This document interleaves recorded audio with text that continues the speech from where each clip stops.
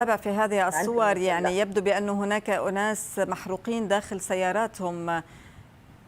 يحاول الآن الأطباء أو المسعفون، لا ندري، يعني يحاولوا أن يلقوا الضوء على داخل السيارة. يبدو بأن هناك أيضا أناس محروقين داخل هذه السيارات، ونتابع هذه الصور، دمار حريق لهذه السيارات.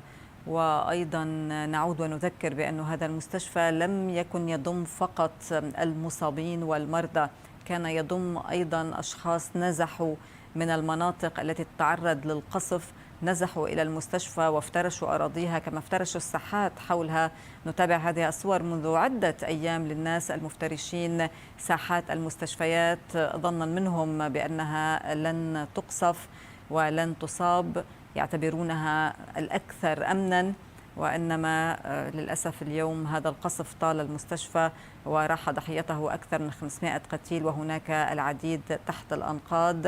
لمتابعة المزيد من الأخبار والبرامج والقصص الإنسانية والوثائقيات والتقارير الإخبارية، لا تنسوا الاشتراك في قناتنا على يوتيوب، الضغط على زر الإعجاب وتفعيل جرس التنبيهات.